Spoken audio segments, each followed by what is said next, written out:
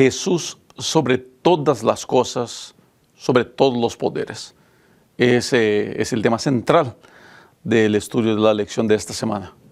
Y es hora de comenzar ese estudio.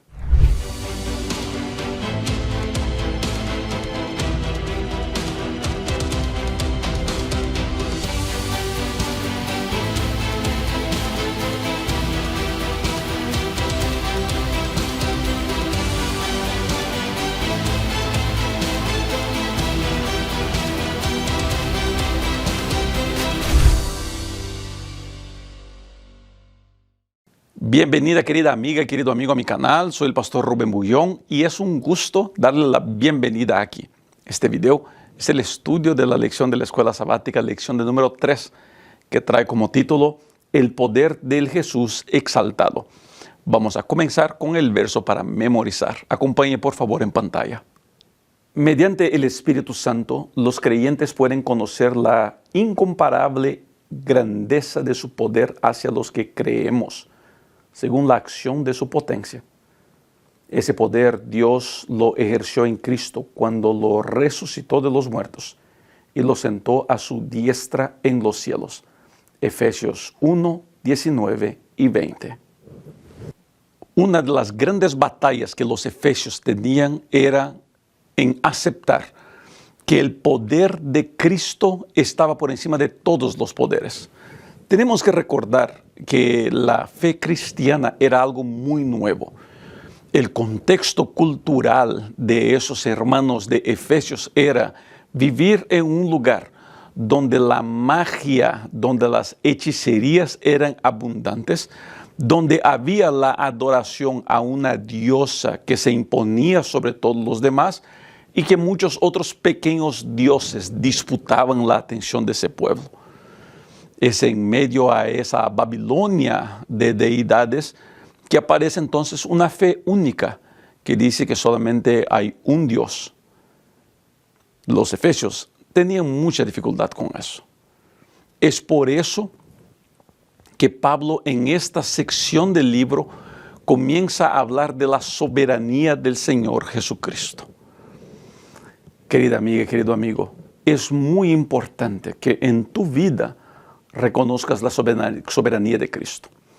Es muy fácil perdernos en los muchos dioses que uno acaba eligiendo para su vida, sea pues la televisión, sea el trabajo, una adicción, un pecado, una iglesia o cualquier otra cosa, buena o mala que sea, que se imponga en el lugar de Dios en nuestra vida. Pasa a ser un ídolo y tenemos que luchar mucho para que esos ídolos no se impongan y que Cristo sea soberano en nuestra vida. Poner a Cristo como soberano en nuestra vida no es una cuestión de qué cosas tengo que hacer o dejar de hacer, y sí a quién sigo, quién es la prioridad. Cuando yo entiendo eso, mi vida cristiana es más fácil de ser vivida. Y recuerde siempre eso, cristianismo no es para ser predicado, es para ser vivido. Nuestra vida es la gran predicación, nuestra vida es el gran anunciar de qué es lo que Dios quiere hacer en nosotros. Querido, yo lo invito a usted a predicar con su vida, predicar con sus acciones, que su manera de ser y de tratar a las personas muestre que hay un Dios poderoso en su vida. Vamos a estudiar sobre este Dios, vamos a estudiar sobre el poder del Señor Jesucristo en la lección de esta semana. Es una lección muy interesante que le pido que por favor siga conectado y acompañando.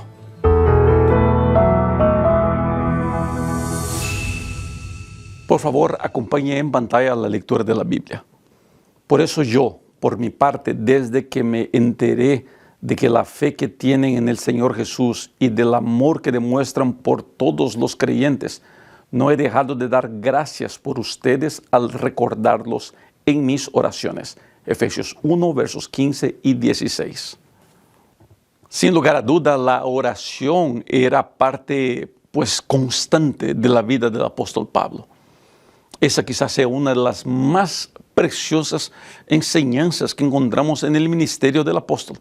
Quiero leer una porción de la lección de la escuela sabática del día domingo para ilustrar a dónde quiero llegar. Por favor, acompañe esa lectura en pantalla. ¿Qué significa realmente orar sin cesar? No puede significar que estemos siempre arrodillados delante de Dios en oración. Significa que al ser bendecidos por el Espíritu de Dios, avanzamos por la vida con el corazón abierto a la presencia y el poder de Dios, buscando señales para darle gracias. Significa la disposición de procesar los problemas de la vida en la presencia de Dios y buscar el consejo divino a medida que experimentamos las idas y vueltas de la vida. Significa vivir no alejados de Dios, sino comprometidos con Él, siempre abiertos a la conducción divina. Una cosa que el apóstol Pablo hizo y hacía era orar por las iglesias que él había visitado. La manera como los efesios se estaban enfrentando las batallas, pues le llenaba el corazón a Pablo, le llenaba de alegría, y por eso daba gracias a Dios por la vida de esos hermanos y hermanas. Una vida de oración no es una vida de lamentación, no es una vida de pedir y pedir y pedir. Digo eso muchas veces en los sermones que predico, que por veces tratamos a Dios como si fuera el drive-thru de la McDonald's o de cualquier otro lugar de comida rápida, donde llegamos y decimos, Señor, quiero un trabajo, quiero una esposa o un esposo, quiero sanidad, quiero paz, quiero que la iglesia funcione bien y pues también una soda de dieta y papas fritas. No es así que la oración funciona. Dios no es un mesero para tomar mis órdenes y servirme lo que me gusta a mí. La vida de oración no es pedir, la vida de oración es comungar, es estar con Él. Como dice aquí la lección, es buscar situaciones donde yo pueda dar gracias a Dios por las muchas cosas que me pasan. Uno de los grandes problemas que nos enfrentamos como seres humanos es que nos enfocamos tanto en la negatividad de la vida que nos olvidamos de ver las maravillas que pasan a nuestro alrededor. No hay uno de nosotros que pueda decir que no tiene nada de bueno o que todo es malo, de que nada vale la pena. Todos nosotros, si le pedimos a Dios sabiduría, podremos ver maravillas ocurriendo a nuestro alrededor. Eso es orar sin cesar, es buscar razones para dar gracias a Dios. Es desarrollar, y me va a escuchar hablar mucho de eso durante este trimestre, es desarrollar una actitud de gratitud. Desarrollar una actitud de gratitud. Cuando yo desarrollo una actitud de gratitud, yo le doy gracias a Dios por todo lo que me pasa. No solamente le doy gracias, aprendo a darle gracias. Ayer fui a jugar fútbol y en medio del juego un muchacho me dio un patadón sin querer. Pues yo no me arrodillé y le dije, Señor, gracias por el patadón que me dieron. Pero puedo agradecer a Dios porque me da situaciones, me deja vivir momentos agradables como jugar fútbol y me da la oportunidad de dar testimonio del control que el Espíritu Santo pone en mi vida. En otros tiempos yo me hubiera molestado, pero creo que voy mejorando de poquito a poquito. Mis hermanos y mis amigos que me conocen de niñez saben cómo me calentaría la cabeza y cómo me alegra ver que Dios ha logrado hacer un cambio en mi corazón. Obviamente hay mucho que mejorar, pero ayer yo le pude dar gracias a Dios una vez más por los cambios que Él viene haciendo en mí. Una actitud de gratitud. Mientras más desarrollamos eso, más vivimos el orar sin cesar. Esa es una de las buenas lecciones que aprendemos del apóstol Pablo.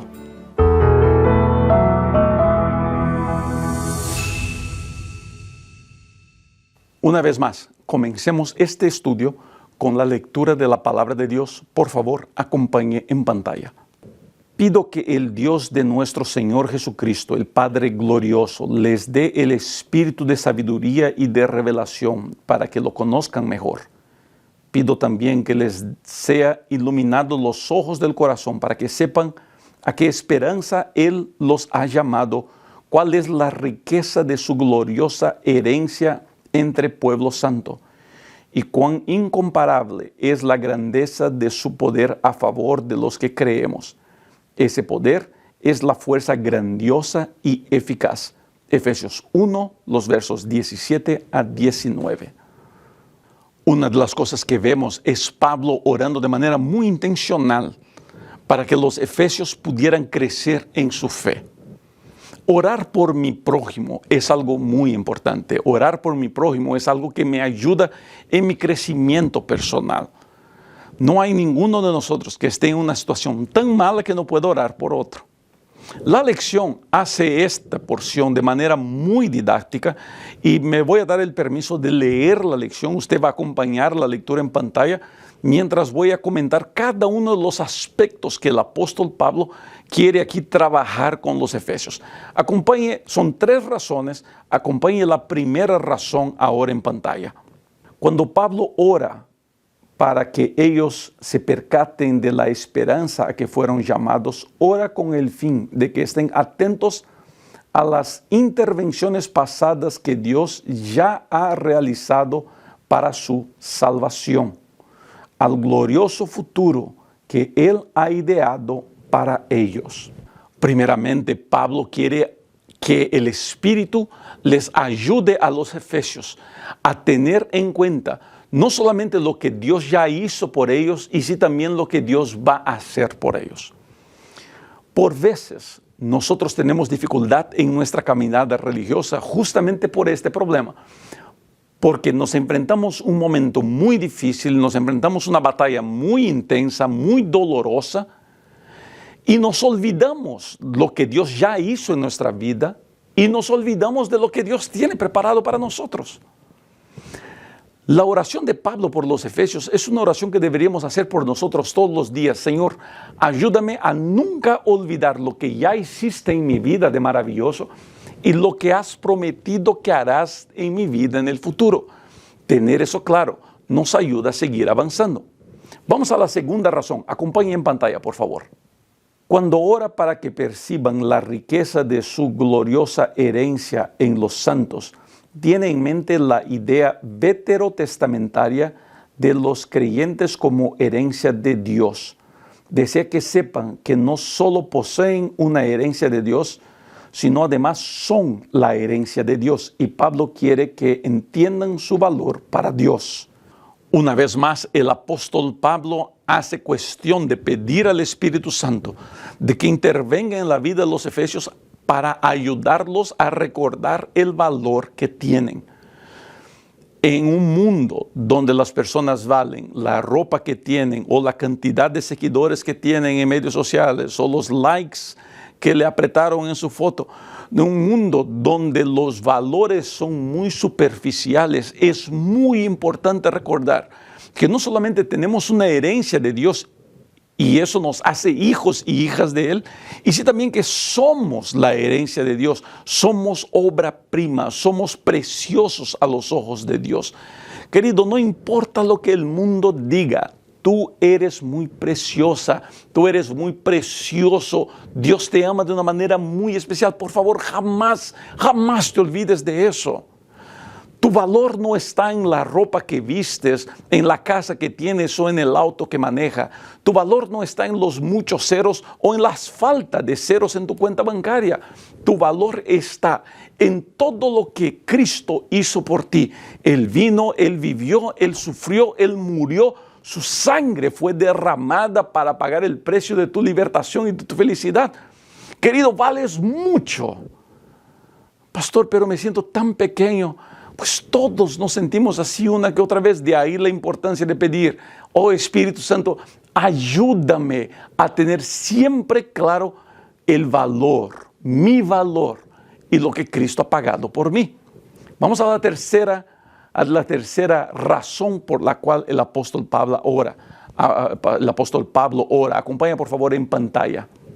Cuando Pablo ora pidiendo percepción espiritual acerca de la incomparable grandeza de su poder hacia los que creemos, imagina al Espíritu Santo que trae una nueva comprensión de la inmensidad del poder de Dios y los lleva a la práctica en la vivencia de ellos. Lo que el apóstol Pablo tiene en mente aquí es pedir al Espíritu Santo que las cosas que él pasan alrededor de los efesios no impacte su fe. Cuando nos enfocamos más en las tormentas que en el Dios de la tormenta, en la tempestad, en la lluvia, más que en el Dios de la tempestad y de la lluvia, terminamos echando de menos el poder de Dios. No hay tormenta que Dios no pueda detener. No hay problema que Dios no pueda solucionar. No hay vida que Dios no pueda transformar. Así que, querido, para de andar mirando los problemas, para de mirar negativamente a la vida, para de pensar que todo es dolor y sufrimiento. Enfócate en Cristo, míralo a Él y te vas a dar cuenta de todo lo que Él puede hacer en tu vida. Pablo pide eso al Espíritu Santo para que muestre cada vez más a los efesios de que no es Diana y no es ninguna otra de las deidades, no es la magia del pueblo, es el poder de Dios y ellos pueden confiar en ese poder. Querido, tenemos el poder de Dios a nuestra disposición. Enfréntate la vida sin miedo. Enfréntate la vida de pecho abierto. No importa el problema que vendrá, vendrán problemas. Quisiera decirte que si sigues a Cristo no tendrás problemas, tendrás. Pero anda y ten buen ánimo, porque vas de manos dadas con un Dios poderoso, que puede todas las cosas, que ha derrotado la propia muerte. Y ese Dios te dará victoria en el nombre santo del Señor Jesucristo.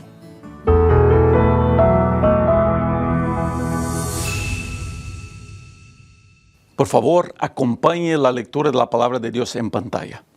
Que Dios ejerció en Cristo cuando lo resucitó de entre los muertos y lo sentó a su derecha en las regiones celestiales, muy por encima de todo gobierno y autoridad, poder y dominio y de cualquier otro nombre que se invoque, no solo en este mundo, sino también en el venidero. Dios sometió todas las cosas al dominio de Cristo y le dio como cabeza de todo a la iglesia. Esta, que es su cuerpo, es la plenitud de aquel que lo llena todo por completo. Efesios capítulo 1, los versos 20 a 23. Dos puntos se destacan de manera muy interesante en este texto. El primero es la resurrección de Cristo. Queridos, la resurrección de Cristo es una de las piedras de esquina de la fe cristiana. Por veces no nos damos cuenta de cuánta cosa de poquito a poquito va entrando en nuestros hogares que quiere sacar de nuestra mente el hecho de que un día Cristo resucitó.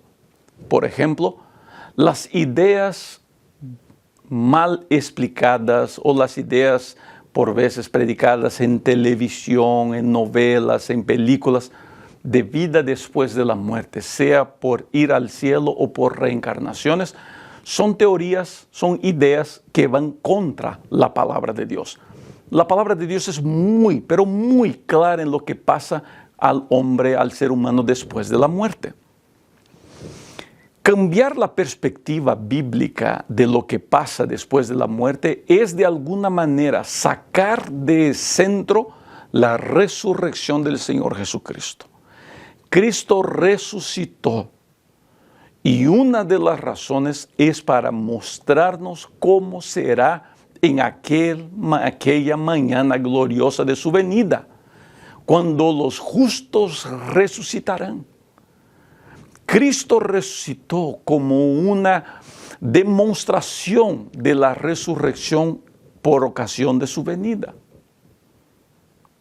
Cuando yo creo en ideas no bíblicas de vida después de la muerte, yo también estoy echando por tierra la redención, estoy echando por tierra la venida del Señor Jesucristo. O sea, de ahí la importancia que hay en siempre explicar a nuestros hijos la verdad bíblica en relación a la muerte. Es imposible evitar que nuestros hijos tengan contacto con ese tipo de información que no es bíblica. De ahí la importancia de enseñar según la palabra de Dios. La lección del día martes habla bastante del poder de la resurrección. Quiero leer un parágrafo aquí de la lección que nos va a ayudar a entender un poquito mejor eso. Acompañe por favor en pantalla. La resurrección de Jesús es una creencia innegociable de la fe cristiana. Debido a que Cristo resucitó, los creyentes fieles esperan la gran resurrección futura a la vida eterna en la venida de Cristo. Debido a que Cristo resucitó, nosotros podemos acudir a Él hoy para obtener todas las bendiciones del Evangelio, incluyendo la presencia del Espíritu Santo en nuestra vida. La resurrección de Cristo también, además de mostrar todo lo que pasará en el futuro, nos da la seguridad de que el Espíritu está con nosotros. ¿Por qué? Porque la promesa de la venida del Espíritu Santo está condicionada a la resurrección de Cristo y a la ida de Cristo a los cielos para sentarse a la diestra del Padre. Cuando yo me fuere, mandaré el Consolador. Por el hecho de que Cristo resucitó y fue al cielo, usted y yo tenemos la seguridad de que el Espíritu Santo está con nosotros. Querido, esta lección, querido amigo, querida amiga, nos ayuda a entender un poquito más la importancia de nuestro conocimiento bíblico. Muy pronto estará listo mi nuevo canal aquí adentro de YouTube, donde usted podrá acompañar estudios bíblicos más detallados y más dirigidos. Espero poder lanzar eso en los próximos meses. ¿Por qué todo eso es importante? Porque vivimos en un mundo de mucha confusión, donde llega todo tipo de información y por veces esa información llega sin criterio o llega con mentiras transvestidas de verdad. Esta lección que estamos estudiando este trimestre está muy buena y muy interesante porque nos está mostrando perspectivas de la vida cristiana basadas en la palabra de Dios. Así que recuerde siempre la importancia de la resurrección de Cristo en nuestra vida, mirando hacia el futuro y mirándolo a usted hoy día. El Cristo resucitado es una garantía de que mi caminada cristiana será una caminada exitosa.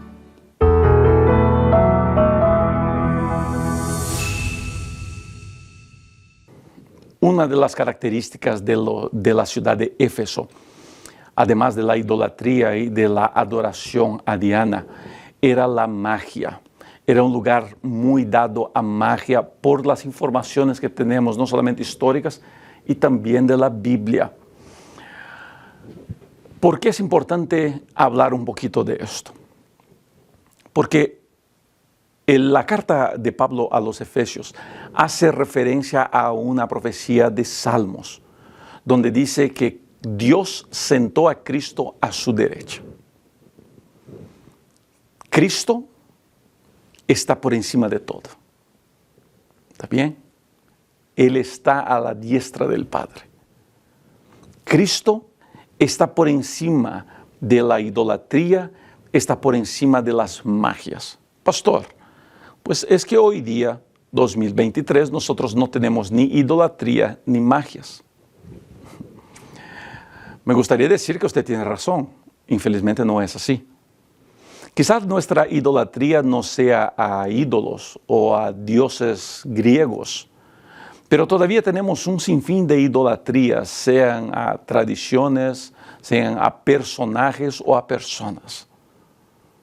La idolatría que más se ve en nuestros días es la idolatría al ego o egolatría, la adoración de uno mismo, la presentación de uno mismo.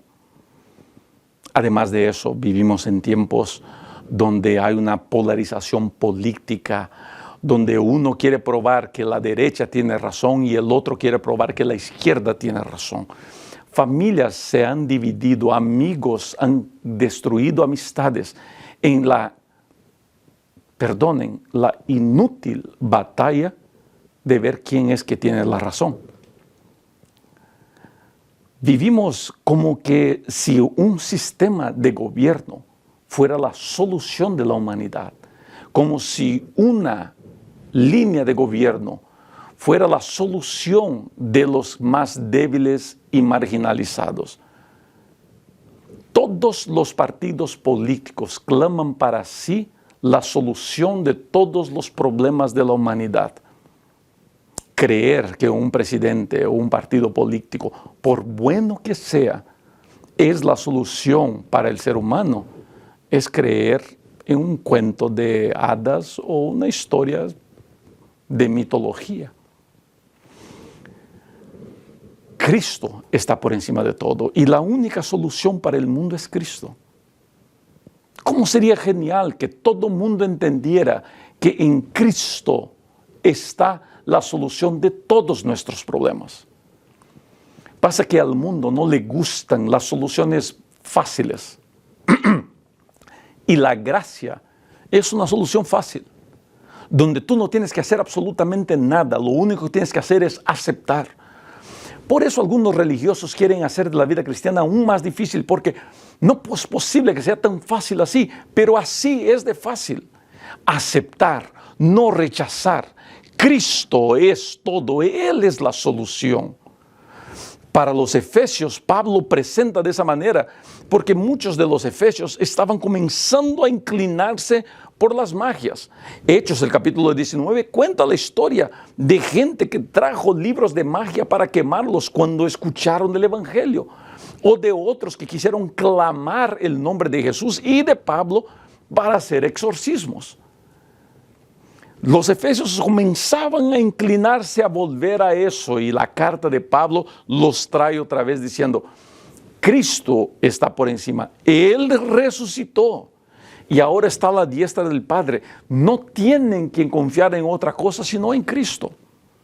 Querida amiga, por favor, querido amigo, entienda. ¿Quieres ser feliz?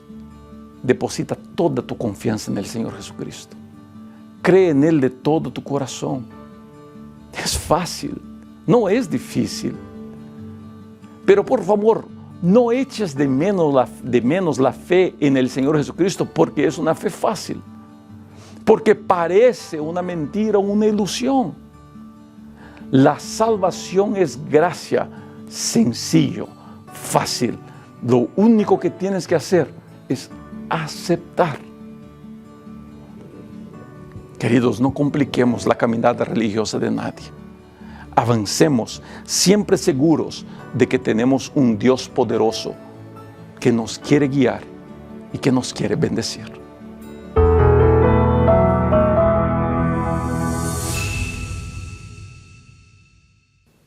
Por favor, acompañe en pantalla la lectura de un párrafo de la lección de la escuela sabática del día jueves. Dios ha dado la victoria a Cristo sobre todos los poderes del mal. La iglesia estrechamente identificada con Cristo, quien le provee todo lo que necesita, tiene garantizada la victoria sobre estos enemigos. El poder de Dios manifestado en la resurrección de Cristo y en su exaltación sobre todo poder cósmico se ha activado para la iglesia. Dios dio a la iglesia al Cristo victorioso y esa iglesia está tan unida a Él que se llama el cuerpo de Cristo. Dios le pudiera haber dado a Cristo cualquier cosa. ¿Y sabes qué fue lo que le dio? La iglesia.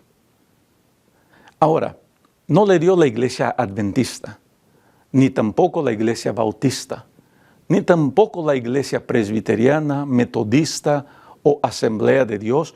No les dio ni los mormones, ni los testigos de Jehová, ni los hermanos adventistas de la Reforma. Le dio la iglesia. ¿Quién es la iglesia?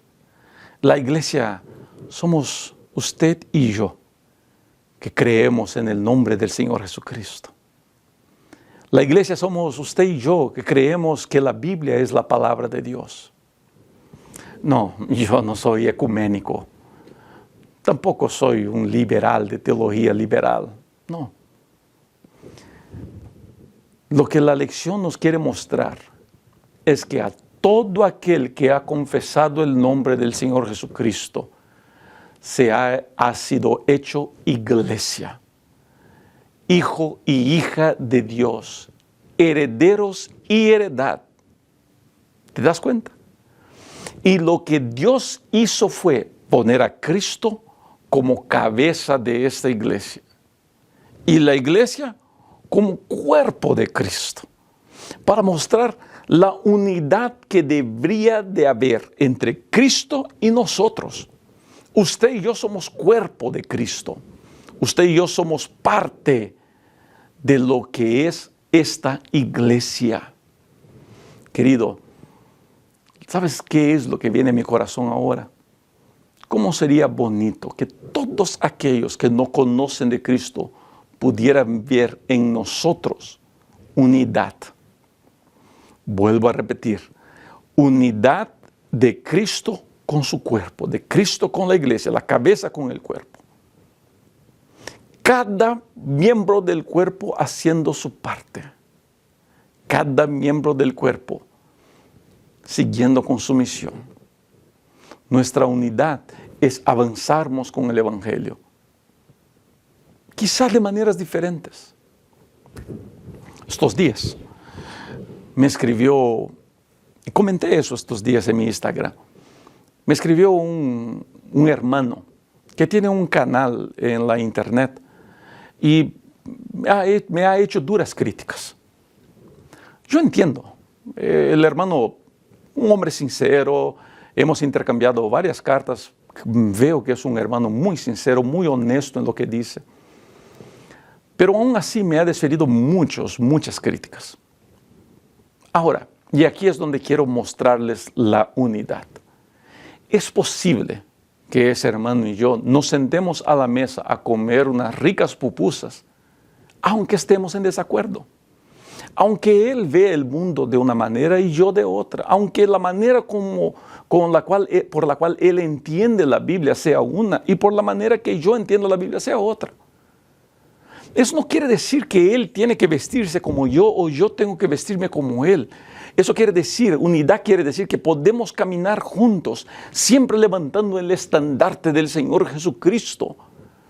Cada uno a su manera, cada uno con su tono de voz, cada uno a su idioma, cada uno según su comprensión, pero avanzarnos juntos, teniendo Cristo como la cabeza, mirándolo siempre a Él. Tengo la impresión de que lo que más le ha faltado a la iglesia, al cuerpo de Cristo, es unidad. Por veces digo eso y yo sé que puede sonar un poquito grosero, pero permítame decirlo una vez más. Un cuerpo en movimiento, un cuerpo en convulsión es un cuerpo en movimiento. Pero un cuerpo en convulsión es la pierna que quiere para un lado, el brazo para otro lado, la otra pierna para el otro lado. El cuerpo está en movimiento, pero no está unido. Ahora, un atleta corriendo es un cuerpo en movimiento y en unidad. Tienen un propósito, que es llegar a la meta final. Y cada uno, el brazo con su función, la rodilla, el pie con su función, el pulmón cada uno con su función. Tengo la impresión honesta de que es lo que más nos hace falta como iglesias. Caminarnos en unidad. Y yo creo que esa unidad vendrá de nuestro entendimiento de que Cristo es la cabeza. No yo, no mi interpretación, no es mi opinión, no es lo que me gusta, es Cristo. Cuando Cristo es la cabeza, tengo la impresión de que el cuerpo puede funcionar mucho mejor. Te invito a que hagamos siempre de Cristo la cabeza de la iglesia.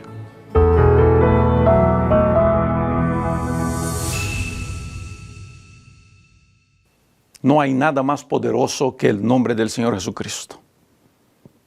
Me acuerdo una vez cuando estudiaba para ser pastor, estaba haciendo prácticas en un hospital juntamente con un colega.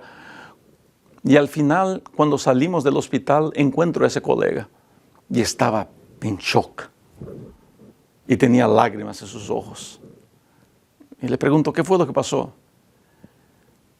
Me dijo, yo estaba en otro piso cuando una persona tuvo un ataque y comenzó a gritar e insultar, y los enfermeros venían desesperados y querían amarrar a esa persona, y yo estaba ahí en el cuarto con esa persona. Y de repente me decía mi amigo, me acordé del pasaje que dice, del nombre del Señor Jesucristo. No hay nombre más poderoso que ese. Y me dijo, éramos muchachos, teníamos 18, 19 años. Y él me dijo, en ese momento yo hice una oración y dije, Señor, muéstrame que no hay nombre más poderoso que tu nombre.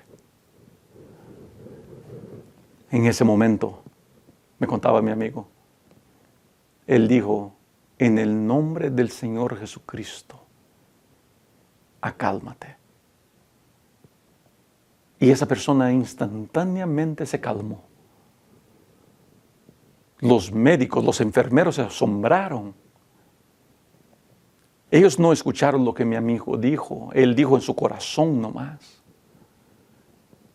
Pareció toda una sorpresa. Nadie entendía lo que pasaba a no ser mi amigo.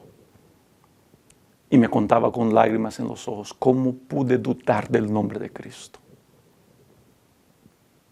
No hay nada más poderoso que el nombre de Cristo. Su resurrección y su poder, el hecho de que está sentado a la diestra del Padre. Y más que eso, el hecho de que es la cabeza de la iglesia y nuestro mejor amigo. No hay mejor noticia que esa. Quiero terminar leyendo una cita de Elena de White que está en la lección y usted puede acompañar en pantalla. Cuando Cristo entró por los portales celestiales, fue entronizado en medio de la adoración de los ángeles. Tan pronto como esta ceremonia hubo terminado, el Espíritu Santo descendió sobre los discípulos en abundantes raudales y Cristo fue de veras glorificado con la gloria que había tenido el Padre desde toda la eternidad. El derramamiento pentecostal era la comunicación del cielo de que el Redentor había iniciado su ministerio celestial. De acuerdo con su promesa, Él había enviado al Espíritu Santo del cielo a sus seguidores como prueba de que, como sacerdote y rey, había recibido toda autoridad en el cielo y en la tierra, y era el ungido sobre su pueblo. Los Hechos de los Apóstoles, página 32. El poder de Dios, el nombre de Jesucristo. Tenemos todo eso a nuestra disposición. Podemos confiar que no importa el tamaño de los problemas, Él siempre estará con nosotros. Y no hay noticia mejor que esa. No hay conocimiento más importante que ese. Querido, no importa lo que estás viviendo, no importa lo que estás pasando. Cristo ahí contigo está. Aférrate a esa verdad. Gracias, querido amigo y querida amiga, por haber llegado hasta aquí. Es siempre un gusto tener su participación. Que Dios te guarde mucho, que Dios te bendiga. Y nosotros nos vemos para los próximos estudios. Chao.